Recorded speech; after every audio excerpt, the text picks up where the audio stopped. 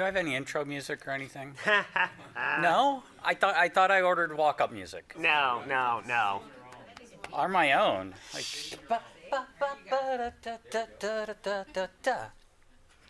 no? This No. isn't the Muppet Show. No. You're not Kermit the Frog. Hey, Hunter. No. That's I don't even do that very well. I can sing Rainbow Connection though. I learned it in 8th grade. Why are there so many songs about rainbows? No? No, let's No, stick to okay. our topic. Okay, we're going to stick to our topic. Welcome. Glad you are here. We're going to be talking about keeping autistic and neurodiverse youth alive.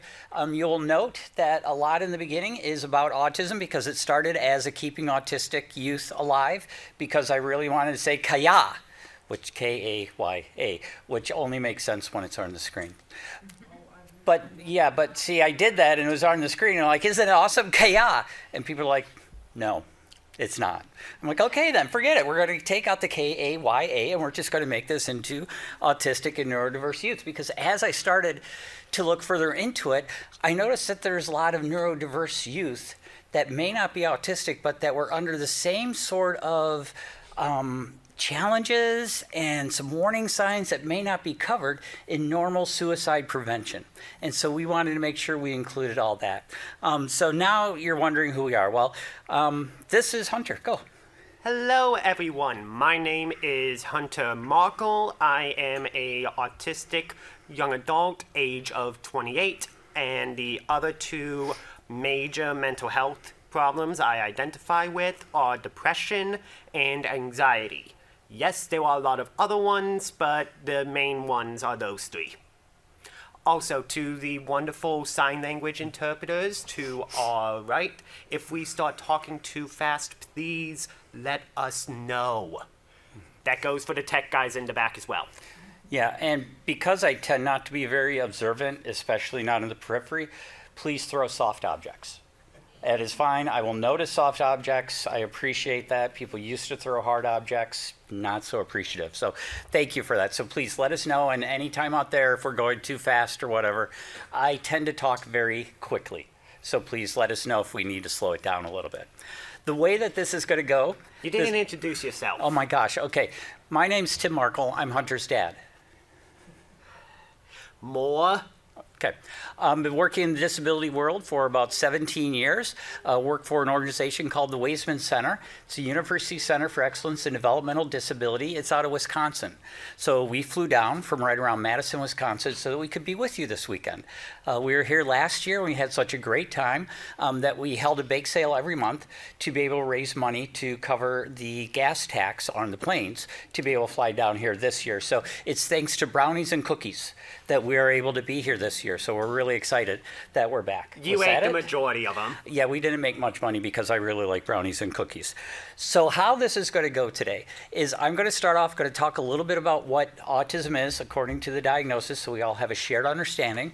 We're then going to talk a little bit about suicide prevention and what's called the intrapersonal theory of suicide prevention by Joyner and friends. And so we're going to layer that along with autism.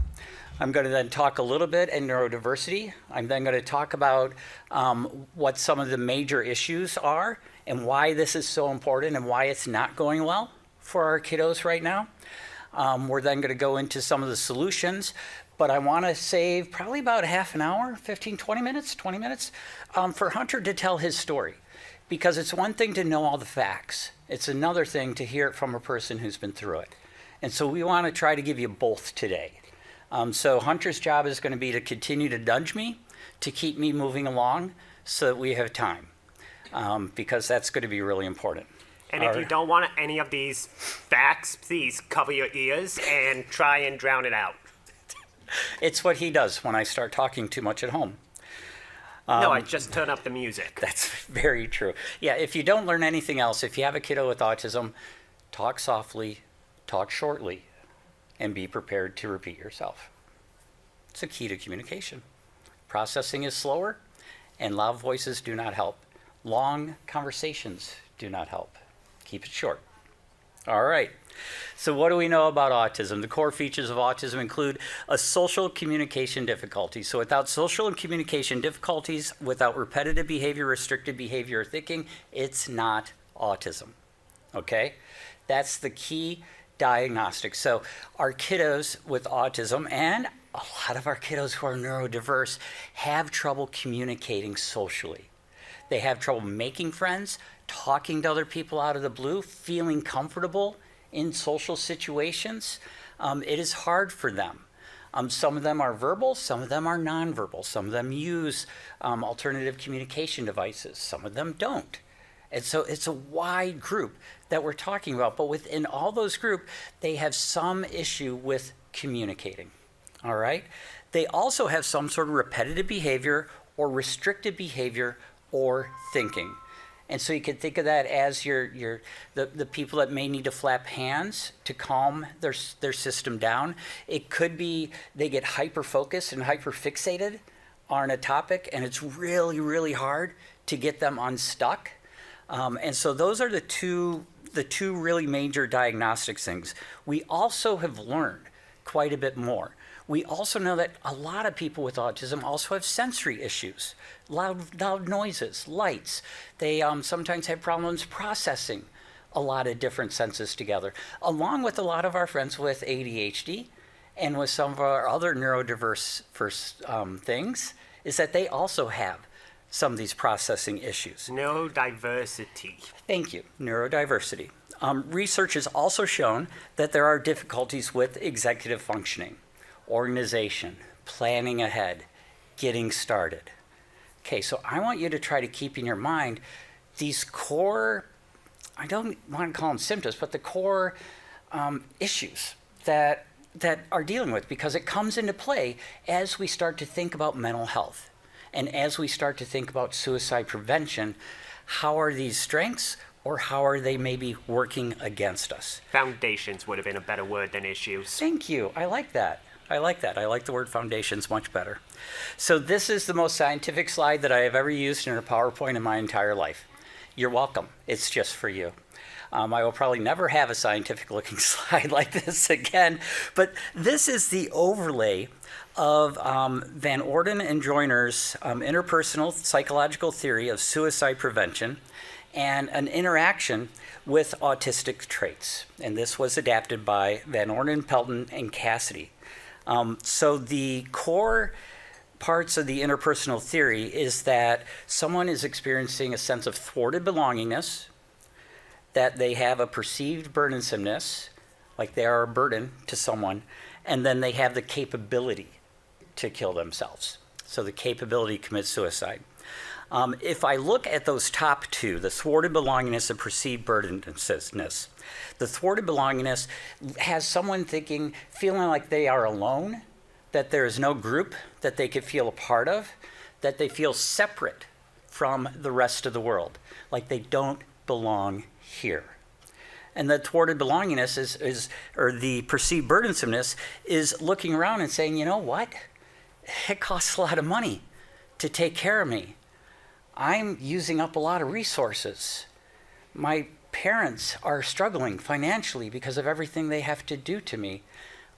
I'm a burden. I'm dragging people down. I've heard my family say that we can't go on vacations anymore.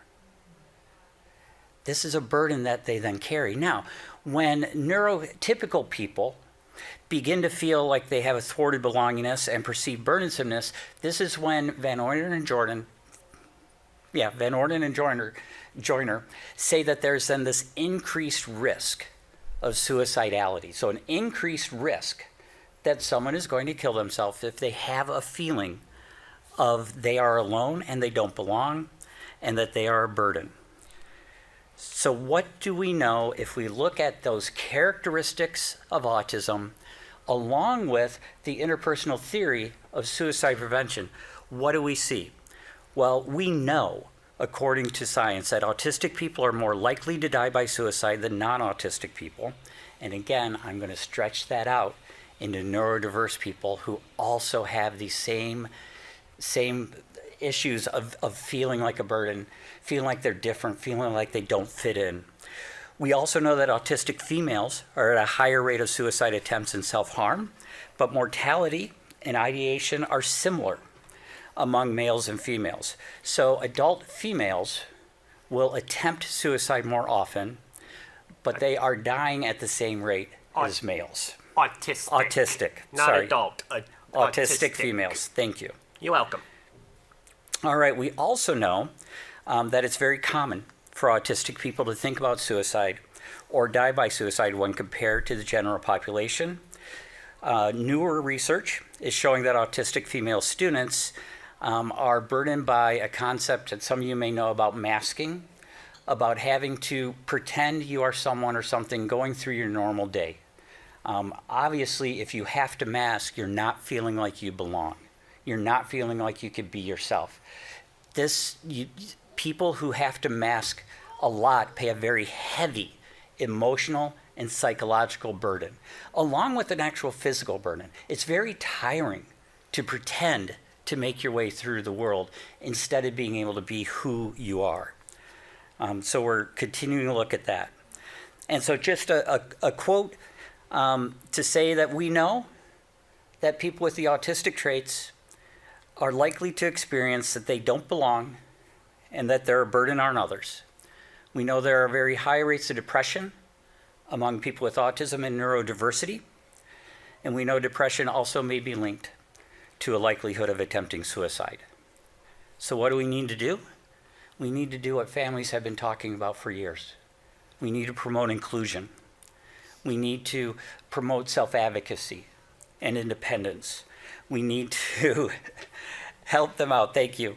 So promoting self-worth and social inclusion are the two major ways that we can really help prevent suicide among our autistic and neurodiverse youth.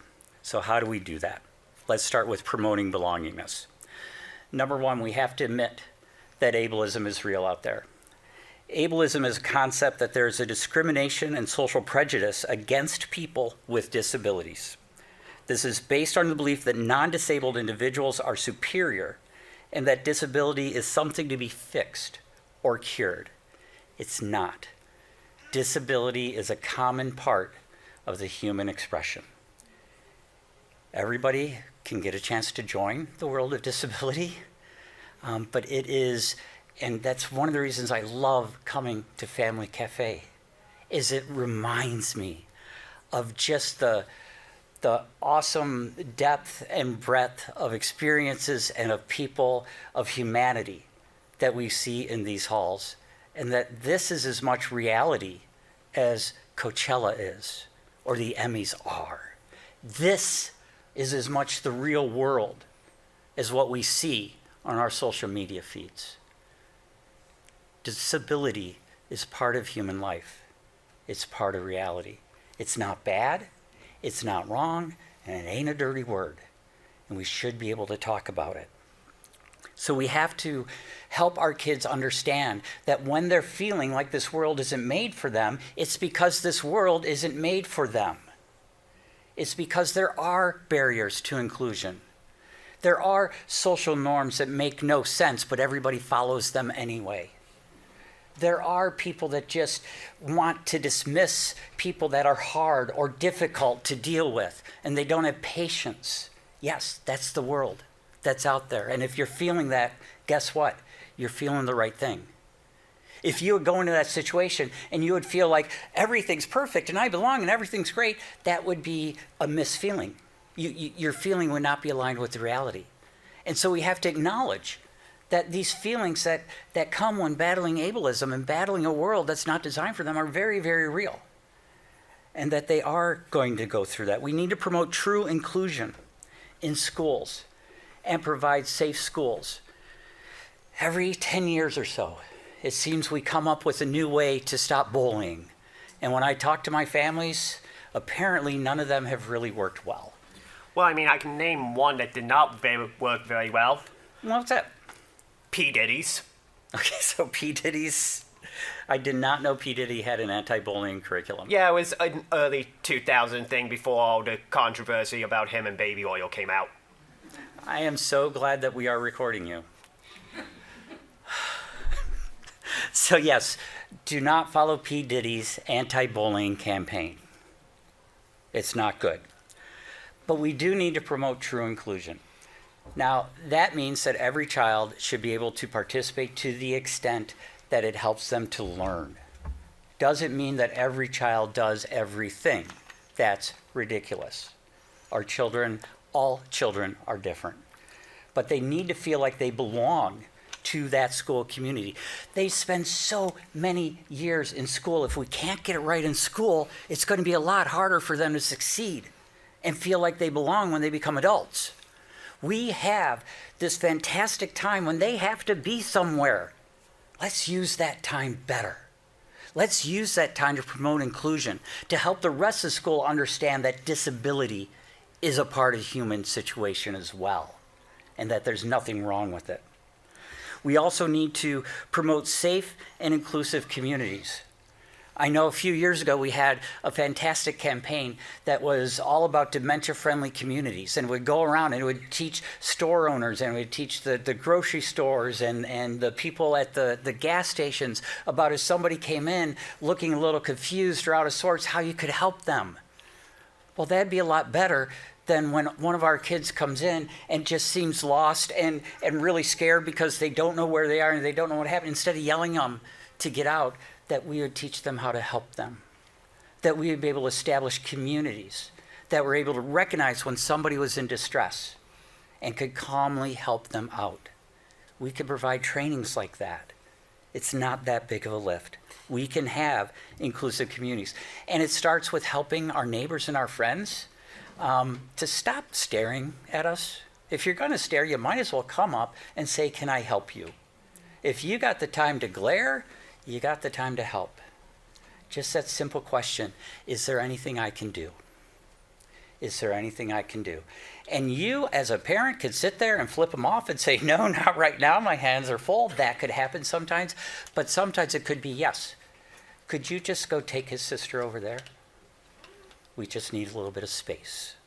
Because sometimes all you do need is a little bit of space, a little bit of fewer eyes on you, and you can help diffuse the situation. To also promote belongingness, lean into interests. I have yet to find a special interest that someone with neurodiversity or someone with autism has that someone who is neurotypical does not have. There is no exclusivity on special interests in the disability world. There are people who like things inside the disability world, and there are people who like those same things outside the disability world. Well, what could be a really great connection is to find those people with a similar interests and let's get them together. Let's lean into those special interests. Let's learn more about those special interests. Go ahead, and if you have a child whose special interest is geology, why don't you spend a little bit of time on YouTube, study a little bit about geology yourself, just pop up random geology facts every so often, get your kid talking, get your kid interacting with you. Go ahead and play Who Knows More Geology. You will lose every time, but it's a fun game to try to play. Lean into those special interests. Utilize the special interests to grow the other areas like math and language. So does that mean that's permission for me to give random Australia facts? So currently he's studying Australia. Don't know why. So yes, random Australia, so feel free. Random Australia Awesome. fact? Random Australia fact is that cassowaries are way more scary than they are beautiful. Also, magpie swooping season did accidentally almost kill an elderly gentleman. Okay, and how about a random fact about World Wrestling Federation? Don't you mean the World I'm sorry. Wrestling Entertainment now? Because that okay, died yes. because the World Wildlife Foundation took a steel chair to its back. Yeah, I forgot about that. Yeah, the animals won that one. Yeah, the panda bear hit a lot harder than the Undertaker. They took down wrestling. Yep. Who's the current champion? Which one? I know, exactly. You pick. Okay, so currently Dominic Mysterio is the AAA Mega Champion. The current Intercontinental Champion, I believe, for the men's is... Actually, I don't remember who that is right now. But the United States Champion is Trick Williams. The current Universal Champion is Cody Rhodes. World heavyweight is the wonderful Roman Reigns, who Okay, lives here in and- Florida. So, There you go. I was wondering if you're going to make a Florida connection or not. Yep. Roman Reigns. Roman Reigns. Roman Reigns, Florida connection. Yep. And who are you most looking forward to seeing in concert this year? oh, looking most forward to seeing in concert this year, Sabaton. Sabaton. Matches his history focus with heavy metal focus, leaning in to those interests. So I have now gone to heavy metal concerts. Growing up, I was a big Neil Diamond fan in high school. Barry Manilow was my friend. Who's that? Thank you. But I wanted to experience more and I wanted to know more. And so I'm starting to hang out at heavy metal concerts because as I get older, I don't need my hearing anyway. So lean into interests. And he's the one that actually brings earplugs, might I add. I'm the one that doesn't. So I'm more likely to go deaf than him. What? Case in point.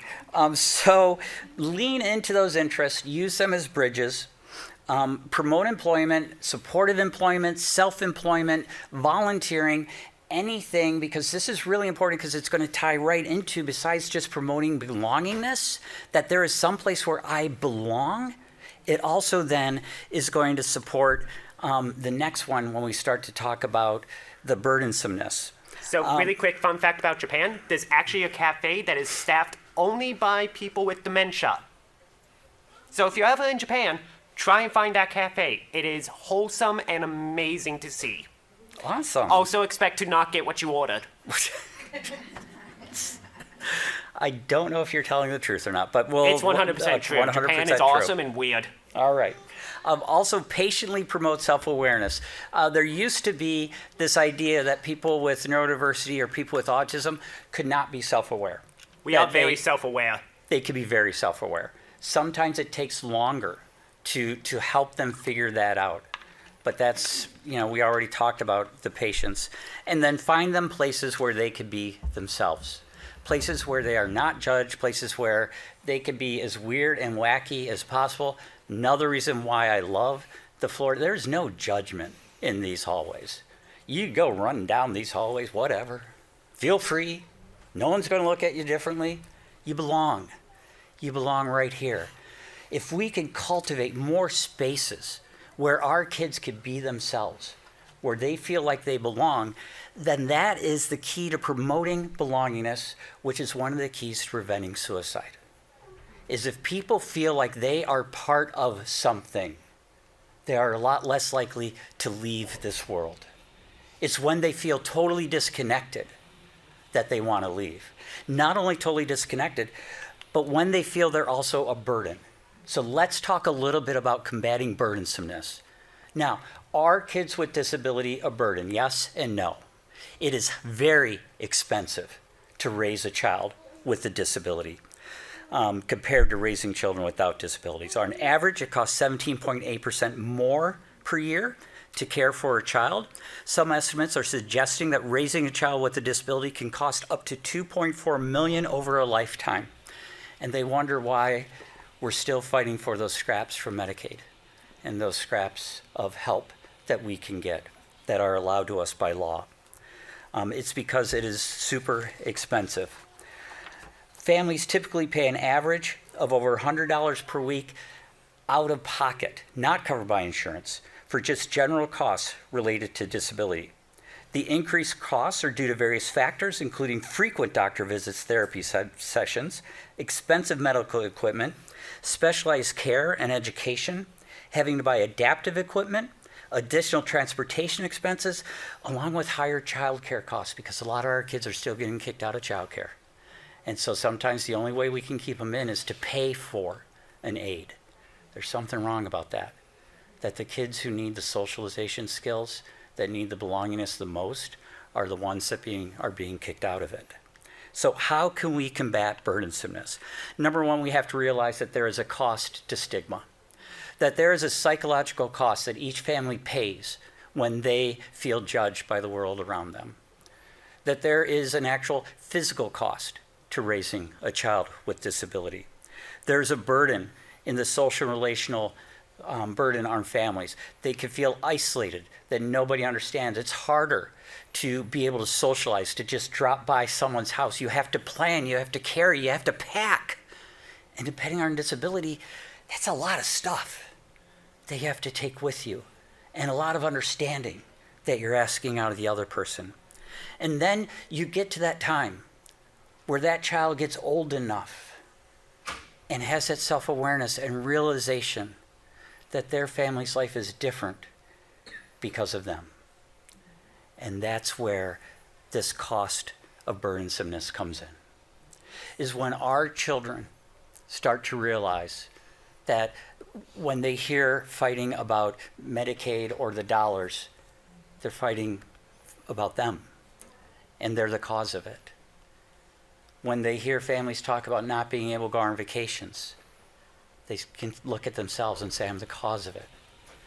And we can't deny the reality of how hard it is to raise a child with a disability.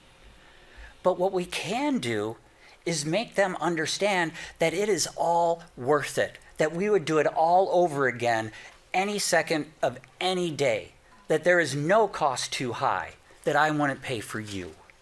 It's just the number's not possible. And so we can, but we need to be aware that they become aware of this, because they may not talk about it, okay? So we need to keep that communication going. We also continue to need to improve the public benefit system, be more flexible and responsive, increase the public reimbursement for childcare, increase training in neurodiversity and disability. Our kids are living longer. They're living into adulthood. A lot of them want to work, but our employers have no idea how to help them. Is the employers still want people that they could just hire, turn jobs over, and be done with it? And then if somebody doesn't do a good job, take them out of the system, put another cog back in there. That's not our kids.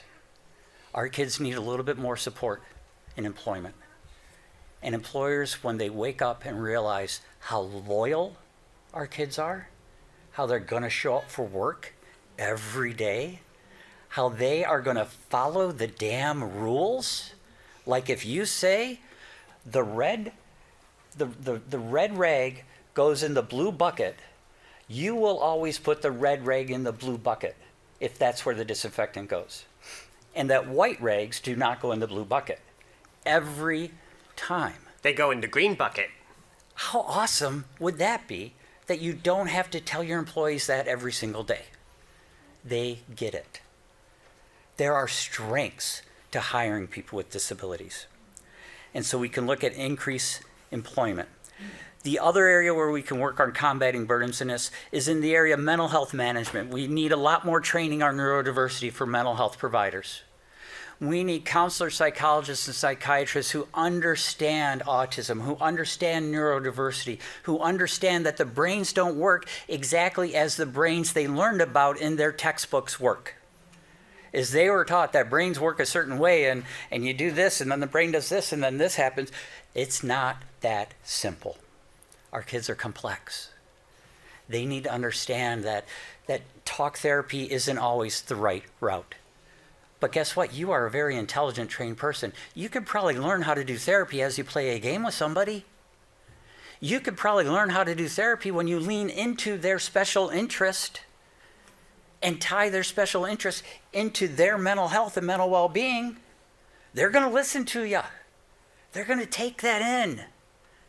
We need to help our mental health providers to get better trained in neurodiversity and in being able to move out of their strict lanes that they learned how to be in their programs. A little bit of flexibility in mental health would go a long way. We need to increase access to trained providers. There are still some systems out there that will not take a child with autism into a mental health system because they believe that all the behavior is being caused by the autism, and if they could only get autism under control, then their behaviors would stop. Baloney. Those kids have depression. Those kids deal with anxiety. Those kids can have OCD. It's not you don't get any protective factors by being neurodiverse.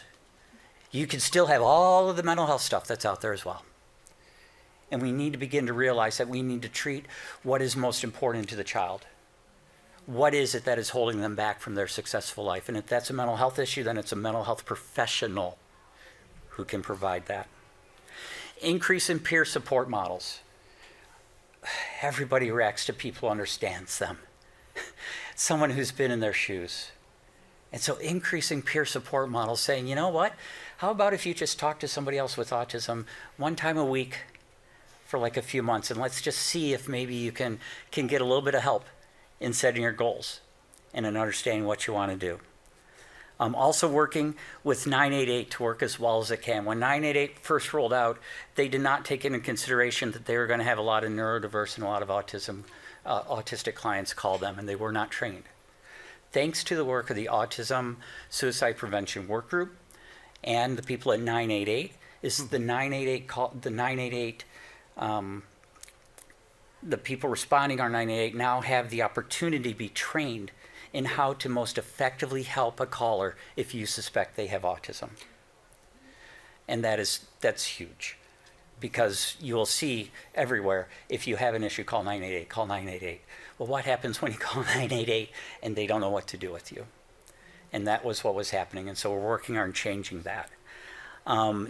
You will see that on the bottom is a link to all sorts of, we'll go into a little bit more. Hunter will probably go into a little bit more what's available from the Autism Suicide Prevention Workgroup.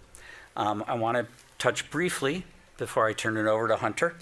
Really quick, we are both proud members of said work group. We just joined this year. So. And working with some really passionate people. Very has been passionate fantastic. people. So what do we need to look at? What do we need to worry about outside of the norm? We need to look at sudden or increased withdrawal. Any sudden change, okay, in a child's behavior is cause for worry. It's cause for questions. And those of you that might have neurodiverse children, you know that the questions can't be roundabout questions, such as, so Hunter, how you feeling today? Good. So Hunter, how's everything going? Good. Hunter, are you thinking about killing yourself? No. Okay. That's the conversation. Because a lot of them are very concrete thinkers, and they are going to answer the question that's in front of them, but they're not going to go out of the way to give you information that they think is going to upset you. They don't want to upset you. So they will keep it down, but they will respond to direct questions. You now got me hungry for Culver's concrete mixes. Dang, I'm hungry for Culver's concrete mixers. Yeah. That's sad. Do you have Culver's in Florida? Okay, great. Is there one in Orlando? Great. Can I borrow a car? After we're done talking and after we see the amazing working doggos. Oh, yeah, we're going to see the working dogs, and we're going to a pirate adventure tonight. I love Orlando. Just keep being you, Florida. Look for a loss. However they usually communicate, that communication will drop in times of stress. So watch out for that.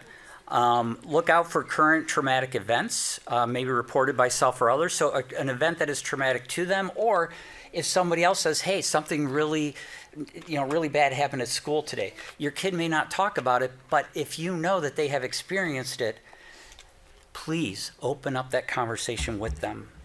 A marked increase in rate or severity of self-harm, worsening levels of anxiety. If all of a sudden their special interest includes suicide or suicidal ideation, this is something to take note of. Persevative suicidal thoughts, we already talked about how hard it is sometimes for our kids to get their brains unstuck. Looking for means or making plans. Statements about, it really doesn't matter if I'm here anymore.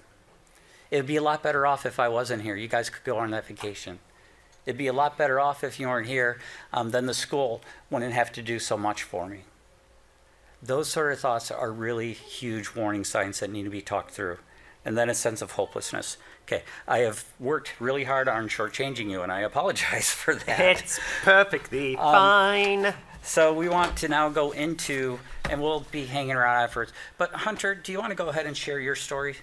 So the downward spiral first started when I was working as a housekeeper for a wonderful place known as Nazareth Health and Rehabilitation. they had an amazing floor devoted only to dementia patients, and the first floor was devoted to long-term care and retirees and everything. So it was those who were getting closer to the end of life situations. And I became friends with a lot of the people that lived on those two floors. And because I masked my emotions at this time, I wasn't even diagnosed with autism until I was 20. So that was also a major turning point. But I got to see the ambulance come by with the sirens off and a gurney with colorful blankets draped over my friends and everything. So it was just starting to get a little hard knowing that this room that I had with an amazing person that I talked with every day when I was there is no longer there. I'm no longer able to make them smile. I'm no longer able to brighten up their day and everything. I'm no longer able to keep them calm and happy when they're having moments of loss with their battle with dementia and Alzheimer's and everything. I'm not able to do any of that anymore because they're gone. We then lost his older brother to a construction accident when he was working road construction. Somebody just ignored signs and clipped him and everything. He did not make it. We then also, a couple, months? A year later, we lost his dad due to a heavy bout of pneumonia and other health complications from chronic alcoholism and smoking. And I just kept it all in. We lost family friends as well. One of them was to suicide and everything, and I just never talked about it. I just kept it all in, and it all came down one day while at work, and the people at my job were accepting and asked me, hey, is there someone we can call? Is there someone we can get you help? And I just said, yes, there are. So we tried calling my dad. We tried calling my mom. Neither of them were picking up at the time. But then we called my grandma, my mom's mom, who is a lovely woman. We live 4 houses down from them. And she was like, what's going on? And I explained in the most brilliant autistic to ground statement, I want to die, Grandma. And she was like, Hunter, we love you. I love you. Your mom loves you. Your sister loves you. The world loves you. Please stay. And I was like, okay, but I still want to get help. I'm going to drive Nope. As soon as I said I was going to drive myself home, my supervisor was like, I'm not letting you get behind the wheel of your car. Give me your car keys. And I did. And they drove me to my grandparents. I then talked with my mom about getting help. And we went to the Stoughton Hospital. The Stoughton Hospital does not have a full-on dedicated mental health wing. They do have psychologists on call, but they do not have a proper ward or wing for mental health patients. So they sent me to Madison, and I spent 2 weeks at St. Mary's, East Side, and it was the best 2 weeks of my life. I got the help I needed. I learned how to love. I learned how to release my pent-up emotions and to accept what I am, to accept who I am, to accept that depression is not something you can just overcome in a single day. It's not a simple, it's a light switch. You can't turn it on and off. Much like autism, you can't turn that off. It is a part of me. and I will always gladly accept that. And I then just started doing talks and everything to amazing organizations like Family Cafe and everything, like National Federation of Families, if you heard of them, and other Wisconsin based groups. And this became my therapy, was talking my life story as an autistic individual, someone who went down that spiral of depression into suicidal thoughts, into ideation, into a set plan. Because my plan was, I'm going to cut myself, but not on my arms. I was going to go under the ribs and everything, because I felt unclean inside. I just wanted to get the mess out. And that was what I had in my head was the best way to do it. But again, my wonderful mom, my wonderful grandmother, my amazing sister stayed with me and talked me out of it. Both my mom and my dad drove me to inpatient, and they were like, okay, let's do this. No matter how much pushback he got and everything, no matter how much pushback he wanted, I kept saying, no, I need this help. I want this help. And he accepted it. And now I'm here. I no longer feel burdened towards my family. I no longer feel a wrong sense of belongingness because I found my people. And my people are you. My people are those within the autistic community, be it parents, educators, therapists, fellow autistics, people with ADHD. No matter what you have, you are my people. And I accept you, and I see you. You are human just as much as I am. And that's how I battled my burdenness and my sense of belonging. And I just chose to hyperfixate more and more about talking about it, talking about my 2-week stay, talking about my battle with depression and suicide and the negative thoughts in my head. And I turned to, this is going to take a flip, but I turned to hard rock and heavy metal. So a lot of songs like Slipknot came in, well, bands like Slipknot, Korn, Metallica, all of those hard-hitting songs about hating, weirdly enough, life. They just sang to me because it's like I can feel what the singer wants to put out there. I've been there in those songs. One band that we got to see recently was Citizen Soldier. And Citizen Soldier was created by a trauma therapist. And a lot of their songs are about being able to belong, about getting rid of your trauma, about burdenness, about belonging. And one of my favorite songs is called A Reason to Live. Look that up when you have time. They're just amazing. And that Spotify link is actually to my personal playlist I created for mental health and everything. So have at it and listen.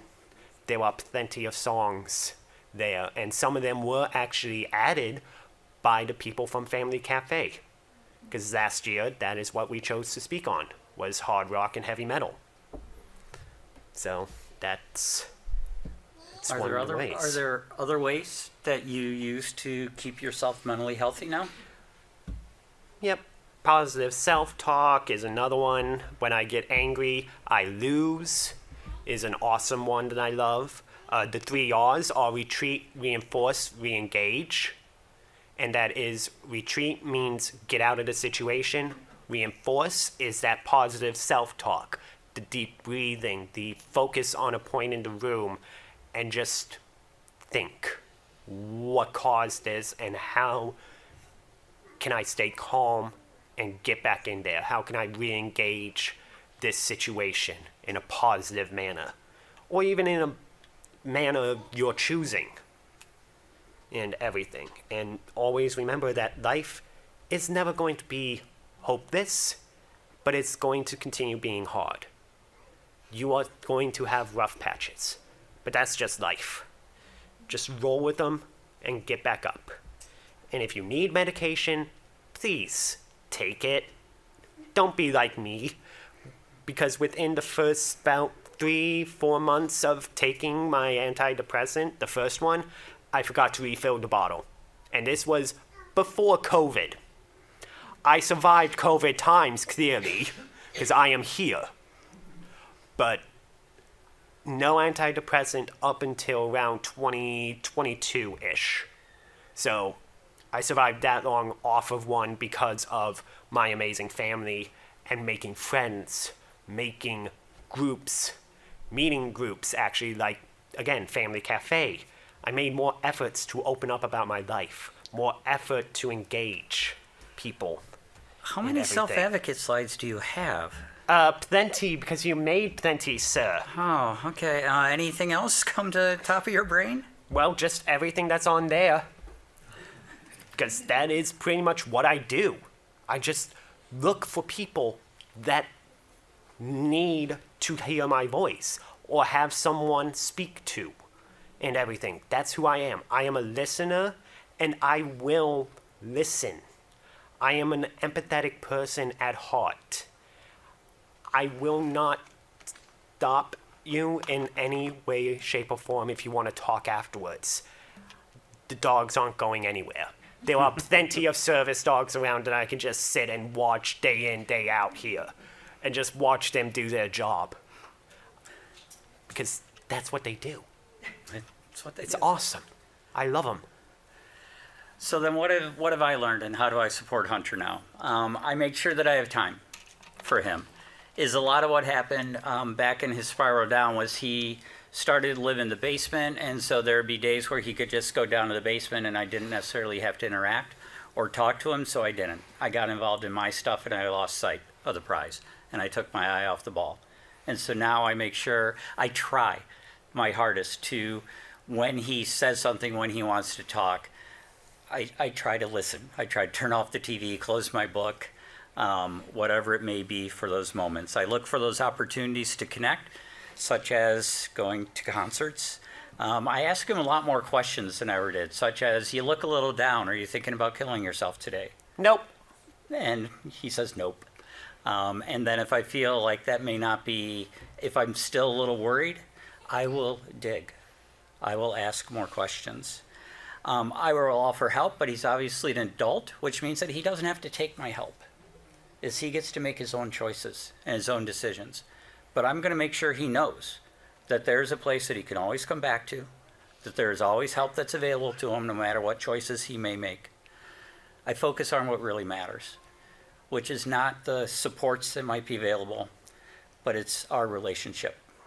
That's going to last longer than anything else that's out there.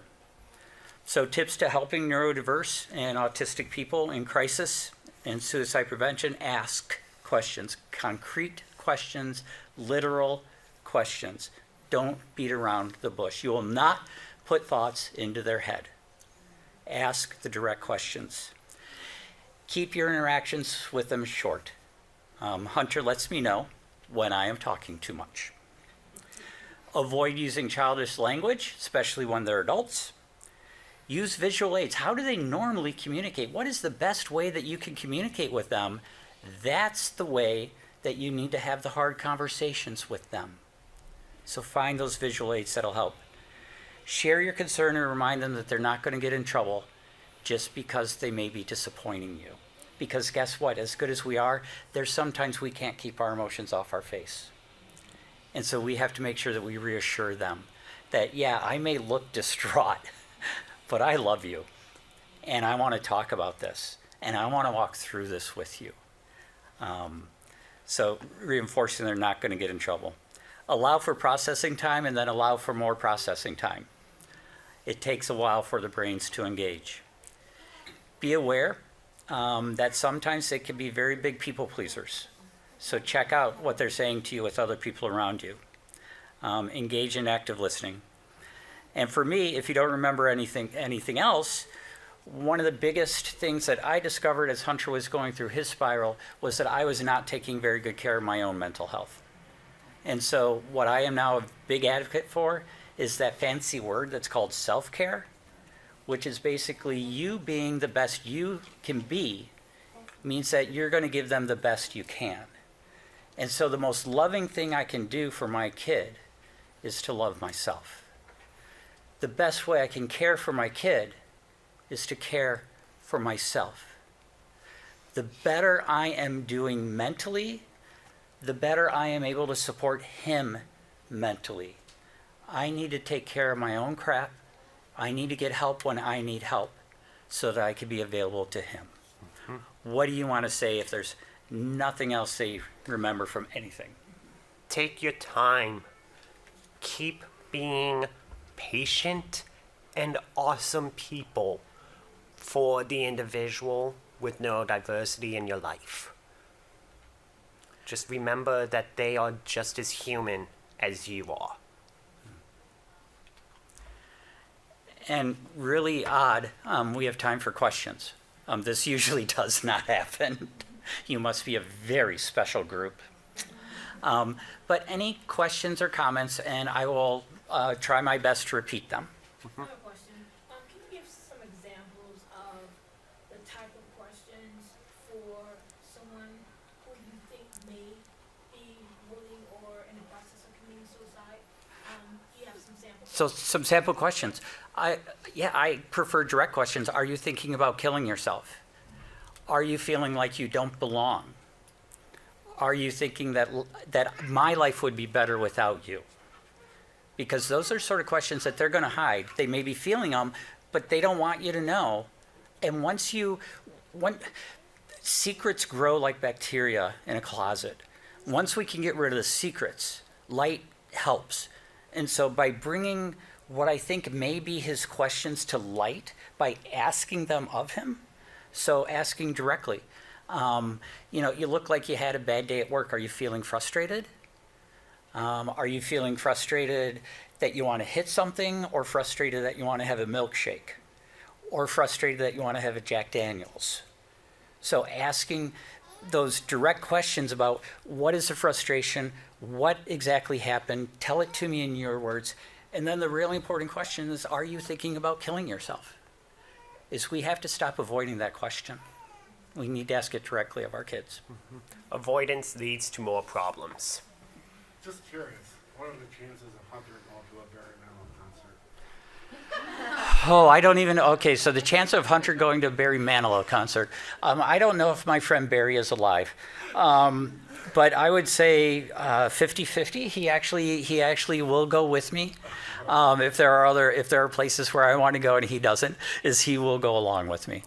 It is true that about one of the few times that I asked my parents growing up to let me stay up later was to watch a Neil Diamond concert in the Holiday Bowl on a little black and white TV next to my bed. And I am not ashamed. I love my Neil Diamond. But I've also learned to embrace Shinedown and some of the messages that some of these metal bands have of, you are good enough, you can get back up, don't let them get you down. And just that sense of fight for who you are is so predominant in the music that I just love it. Yeah, I'm currently wearing an Evanescence shirt. It says love over all.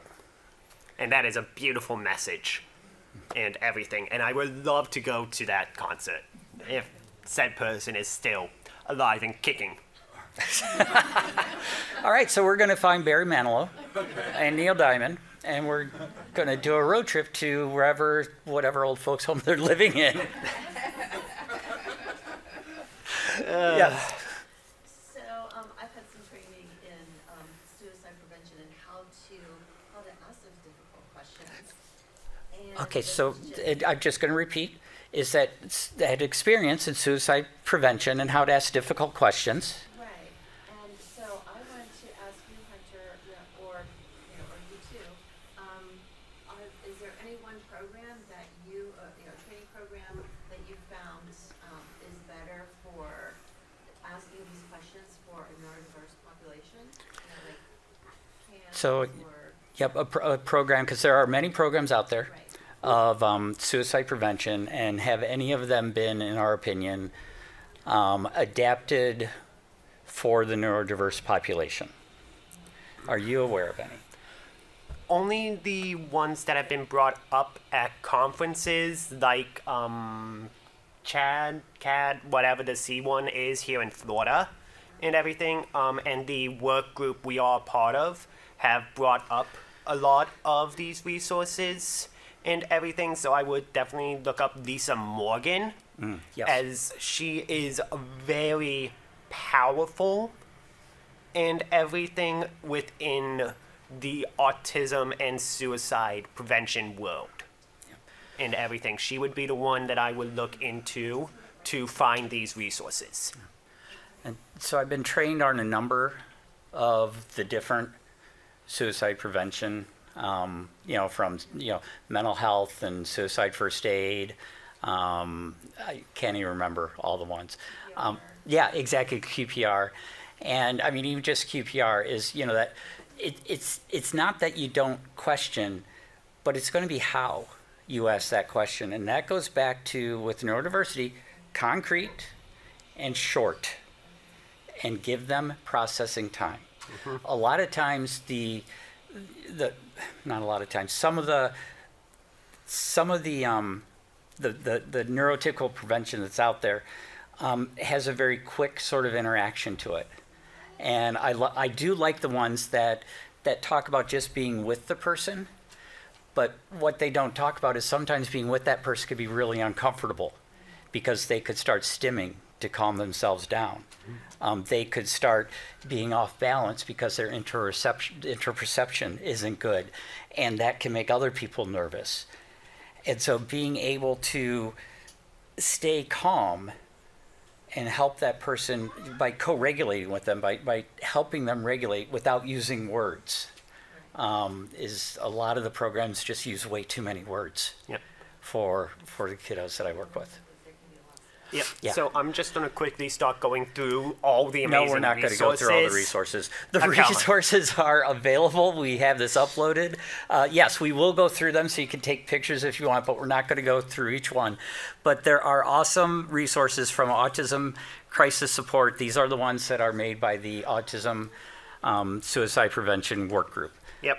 So we Lisa will. Morgan. So yes, Lisa Morgan and group. So yeah, we will slowly go through. But any other questions? We have about 3 or 4 minutes left.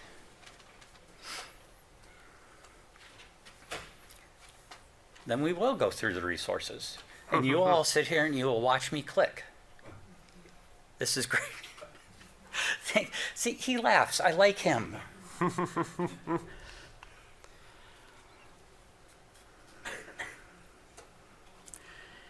And luckily, there is more and more research being done on suicide and autism, and also neurodiversity and autism. We were able to be part of a group that put together a number of different proposals from the autism lens about what should be studied in the area of suicide support, suicide prevention. Did you say this is uploaded? Is it uploaded? It is. It's uploaded in the Family Cafe app. If you go to this session and you click on more details, you should be able to download a PDF. I don't see it. I was just looking. Oh dear. Looking, Yeah, I don't see it. Okay, so by the end of the week, I thought I sent it in there. Sorry, they may not have had time to get it loaded yet, but I will get it there. And if you leave me some way to contact you, if you leave me an email address, we'll make sure that you get the slides. Or we'll go back and we'll put our contacts up there as well. Yep. This is the last one. Yep. So let's go back to our contact information so people can take pictures of that. There you go. All right. Thank you all for being here. We really appreciate it. Keep Yep. on doing what you're doing. The sign that you are here is a sign that you are hope brokers, is that you are people who believe in hope and that you are spreading hope in the world that you go around in. So keep on spreading that hope. Yes, sir. The far back next to the door. I was just gonna say, you can see Barry Manilow in Las Vegas. Okay. Awesome. Thank you. My next bake sale will be to get us to Las Vegas to see my friend Barry. Thank you all. Thank you.